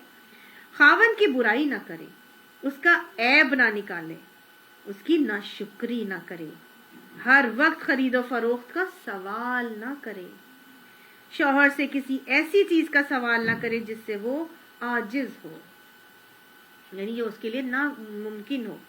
جو کچھ خدا نے تھوڑا بہت دیا ہے اس پر قناعت کرے، کبھی یہ نہ کہے کہ تو نے میرے ساتھ کیا سلوک کیا۔ یہ بے وفا عورتوں کا طریقہ ہے۔ بلا شدید ضرورت ہمسایوں کے گھروں میں نہ جائے، ہمسایوں سے باتیں کم کرے، شوہر کی اجازت کے بغیر گھر سے باہر قدم نہ رکھے، اگر وہ اجازت دے تو معمولی سے سادے لباس میں پردے کے احکامات کے مطابق گھر سے نکلے، ہر کام میں شوہر کی خوشی کو دراصل مقصد حیات قرار دے اور نماز اور تسبیح کی پابندی کرے۔ تو جو خاتون یہ معاملات کرتی ہے، ایسی خاتون کے لیے حدیث میں آتا ہے کہ جو عورت 5 وقت کی نماز پڑھتی ہے، رمضان المبارک کے روزے رکھتی ہے، اپنی شرمگاہ کی حفاظت کرتی ہے اور اپنے شوہروں کی اطاعت اور فرما برداری کرتی ہے، ایسی عورت جنت کے 8 دروازوں میں سے جس دروازے سے بھی جنت میں داخل ہونا چاہے ہو سکتی ہے۔ اللہ ہمیں انہی بیویوں میں شامل فرما دے جو بہترین بیویاں ہیں، جو صالحات ہیں، جو قانتات ہیں، جو حافظات للغیب ہیں، اور اللہ ہمارے شوہروں کو ہم سے راضی کر دے۔ جس کا شوہر اس سے راضی ہے وہ عورت جنتی ہے۔ اللہ ہمیں ہمارے شوہروں سے راضی کر کے ہمیں جنت الفردوس میں ٹھکانے عطا فرما دے۔ تو اب اگر یہ 3 معاملات عورت کر رہی ہے تو ضروری تو نہیں ہے نا ساری کی ساری عورتیں ایسی ہی ہوں۔ ظاہر ہے ہر طرح کے لوگ ہیں، ہر طرح کی عورتیں ہیں، ہر طرح کے معاملات گھروں میں ہوتے ہیں، کہیں اچھی ہوتی ہیں، کہیں بری ہوں گی، کہیں سننے والی ہوں گی، کہیں نہیں سننے والی ہوں گی۔ تو وہ عورتیں جو نہیں سننے والیاں، ان کے لیے آ رہا ہے واللاتی، وہ خواتین تخافون کہ تم ڈرتے ہو نشوزہن، ان کے نشوز سے، یعنی کہ نشوز کہتے ہیں ایسے معاملے کو کہ جب اکڑ جاتا ہے، ڈٹ جاتا ہے، ڈٹائی پہ اکڑ آ جائے، ضد میں آ جائے، تو اگر تم عورتوں کے نشوز سے ڈرتے ہو تو پھر تمہیں کیا طریقہ کرنا چاہیے؟ اب ظاہر ہے اگر مرد قوام بنا ہوا ہے، عورت ایسی نہیں ہے، اس کو سمجھاتا ہے، بار بار سمجھاتا ہے، لیکن وہ سننے کے لیے ماننے کے لیے تیار نہیں ہے، کلیشز ہو رہے ہیں، مس انڈرسٹینڈنگز ڈیولپ ہو رہی ہیں، ڈفرینس آف اوپینینز ہیں، نہیں مان کے دے رہی، تو پھر نشوز پہ آئی ہوئی، اکڑی ہوئی ہے، ضدی ہو رہی ہے، ڈٹائی پہ جمی ہوئی ہے۔ تو اللہ نے یہاں پہ اب طریقہ مردوں کو سکھایا ہے کہ پھر وہ مرد اپنی ان بیویوں کے ساتھ کیا کریں گے، ساری تو نہیں نا فرما بردار ہو جائیں گی، تو فَعِظُوهُنَّ وَاهْجُرُوهُنَّ فِي الْمَضَاجِعِ وَاضْرِبُوهُنَّ، ان کو واز کرو اور ان سے اپنی بستر الگ کر لو، اور پھر وَاضْرِبُوهُنَّ، انہیں مارو۔ تو یہ 3 طریقے مردوں کو سکھائے جا رہے ہیں کہ اگر عورت نشوز پہ اتر آ گئی ہے، صحیح طریقہ تم اسے بتائے جا رہے ہو، لیکن وہ ڈٹائی پر اکڑی ہوئی ہے، جمی ہوئی ہے، فتنہ فساد مچا رکھا ہے گھر میں، نہیں، تو پھر تم پہلا کام یہ کرنا کہ نصیحت کرنا، واز اور نصیحت کرنا۔ اب اس بات کو دوسرا کام یہ ہے کہ اگر نہیں پھر بھی مانتی، اور عمومی طور پر دیکھیں ایسا ہی ہوتا ہے، اگر مرد پیار محبت سے اپنی بیوی کو سمجھاتا ہے، تحفے تحائف دیتا ہے، اس کی تعریف کرتا ہے، اس کی بٹرنگ کرتا ہے، پوچھ پوچھ کرتا ہے، تو وہ بھی عمومی طور پر بیویاں مان جاتی ہیں، کیونکہ بیویاں عام طور سے اسی لیے نہیں مان رہی ہوتی کیونکہ ان کو شاید اپنے ہسبینڈ کی اٹینشن چاہیے ہوتی ہے۔ جب میاں اٹینشن دینے لگتا ہے وہ خود بخود صحیح ہو جاتی ہے، اور بہت ساری چیزیں پیار محبت سے خود بخود سالو ہو جاتی ہیں۔ تو اللہ نے کہا کہ دیکھو اگر بیوی تمہاری ڈھٹائی پہ آ گئی ہے، نہیں صحیح بات مان کے دے رہی، تو اس کو پیار محبت سے گفٹ شفٹ تحفے تحائف دو، نصیحت کرو پیار محبت سے، تم بڑی اچھی ہو، تم یہ بھی کرتی ہو، وہ بھی کرتی ہو، چلو اس کو ایسے کر لیتے ہیں، چلو ایسے۔ اب اگر وہ صحیح بات پر پھر بھی ڈھٹائی دکھائے، نہیں مان کے دے رہی، اور مرد صحیح بات کے لیے اس کو کہے جا رہا ہے لیکن اس نے فتنہ فساد مچا کے رکھا ہوا ہے، تو اللہ نے کہا کیا کرو، وَاهْجُرُوهُنَّ فِي الْمَضَاجِعِ، ان سے ان کے بستر علیحدہ کر لو، اپنا بستر ان سے علیحدہ کر لو۔ اور عمومی طور سے اگر عورت اس طرح نہیں مانتی تو مرد اگر اپنا بستر ہی اپنی بیوی سے علیحدہ کر لیتا ہے نا، تو عورت جو ہے نا وہ تھوڑی سی ہل جاتی ہے، اور اگر پہلے سختی تھی اس کے اندر تو پھر 3-4 دن 5-6 دنوں سے نا مردوں کو کوئی فرق نہیں پڑتا، عورت مصیبت میں آ جاتی ہے کہ اتنے دنوں سے نہیں کیا۔ عورت بیسیکلی پیار محبت لینے والی خود بھی ایسی ہوتی ہے، اٹینشن سیکر بھی ہوتی ہے، اس کو میاں کی سپورٹ ہر حال میں چاہیے ہوتی ہے، اور اگر میاں اس سے اپنی کنی کتراتا ہے تو پھر وہ عورت جو ہے وہ خود ہی عام طور سے سوری کر لیتی ہے اور سیدھی ہو جاتی ہے۔ لیکن اگر اب وہ پھر بھی نہیں ہو رہی، بستر بھی علیحدہ کر دیے، تحفے تحائف بھی دے دیے، ابھی بھی وہ ڈٹی ہوئی ہے، جمی ہوئی ہے، اور وہ گھر کا ماحول فتنہ فساد برپا کر کے رکھا ہے، خراب کر کے رکھا ہے، تو اللہ نے حکم دیا وَضْرِبُوهُنَّ، اب ان کو تم مار سکتے ہو۔ اب یہ مار کیسی ہوگی؟ یہ ایسی مار نہیں ہوگی کہ وہ نشان چھوڑ جائے، نیل و نیل کر دیا، ہڈی پسلی توڑ دی، ایسی مار نہیں ہے۔ اس کو ہلکی سی چپت تم لگا سکتے ہو، اور یہ اس لیے بولا گیا کہ اگر مرد کا ہاتھ عورت جتنا وہ قوام مرد ہے اس کو نرم طریقہ سکھایا گیا ہے، علم اور بردباری اسے سکھائی گئی ہے، وہ 100 دفعہ بھی وہ غلطیاں کریں تو وہ 1500 دفعہ ان کو معاف۔ تو آپ نے اتنا زیادہ نرمی کا رویہ اختیار کیا، اور ایسا مرد ہاں گا نا کا چپت کی عمر کبھی بھی اللہ نے یہ کو چونی معاملہ رول کر کے رکھے گا، ہاں ایک پھر بھی کسی طریقے پر کو نہیں کہتے ہیں کہ جی